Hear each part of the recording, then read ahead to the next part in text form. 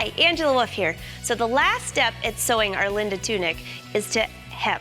And hemming on the curves sometimes gets people in trouble. So I'm going to show you how to do a really small hem. So this is what the pattern looks like as a refresher. And here I've just taken one piece. I don't think you need to watch the whole top, but basically I'm going to turn this under, stitch all the way around, flip it up, press it, and do it again. So follow along. So I have a 2.5 stitch length. You could even go up to a 3.0 if you want. And I'm stitching just along the edge. Now watch what happens when I go around the curve, and I'll try to keep my hands out of the way. But I'm sticking my finger in here and pulling the fabric this way. So as I'm stitching around the curve, I'm just getting the little edge of that curve. Now, if my cutting is crooked or anything else, it doesn't really matter because we're going to be folding that later, or you can trim it off.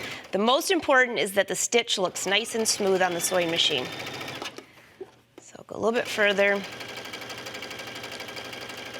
And like I said, I'm just taking a little piece here going around the curve so you can see what this is like.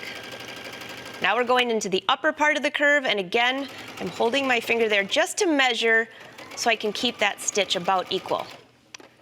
Now I'm using a contrasting thread again so you can see this, but let's go up to the pressing area. So the first thing, there's a lot of wrinkles there. Not to worry. Give it a little pressing with some steam, and it's gone. A little bit further, and it's gone. And I can see that right through this area here, I have a little bit more seam allowance than I do other places. So you could actually trim that if you want to and make it even. I'm just going to keep going for now. And around. So look at all those wrinkles disappeared. Okay, the next thing I'm going to do is I'm just going to turn this up and press a little bit further. So I'm basically enclosing that hem allowance. You can still see your previous stitch right here, barely. But I find this to be the easiest way to do this rolled hem. So how much am I turning it up each time? Well, this pattern has a 1/2 inch hem. So 1/4 inch plus 1/4 inch. Now I'm going to be pressing again. Pressing is probably your best friend besides trying to sew straight when you're doing this hem. So let's go back to the machine. Now, from the right side of the fabric, I've tucked this under. And I'm going to stitch just on the edge. So where I'm stitching is just on the edge, capturing that folded hem. So your first stitch line, are you going to see it from the right side of the fabric? Nope. But it sure helps make a good guideline to fold this up and press. I usually try to top stitch from the right side of the garment. Not always, but usually. And I can feel that fold underneath.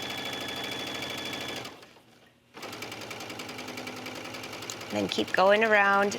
And what I'm doing is I'm lining the edge of the fabric up with this edge of the foot so I can see that myself. There are other specialty feet that you can use for a hem, but this is what I find to be the easiest. If you're in a real big hurry, you could skip that last pressing step and just turn it under and press at the end. I just find this to be a little bit more foolproof. And again, you can see it's kind of wrinkling just a little bit, but give it a little pressing.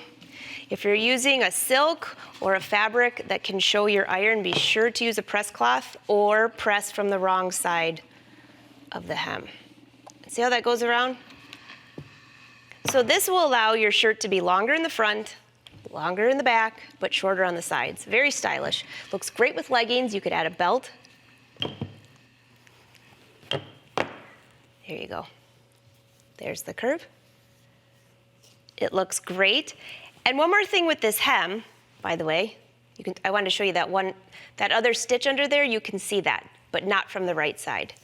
So one more thing is this pattern is very versatile. You could cut across this pattern. I would cut about right at the hip length and lengthen it as long as you want. You could have a dress.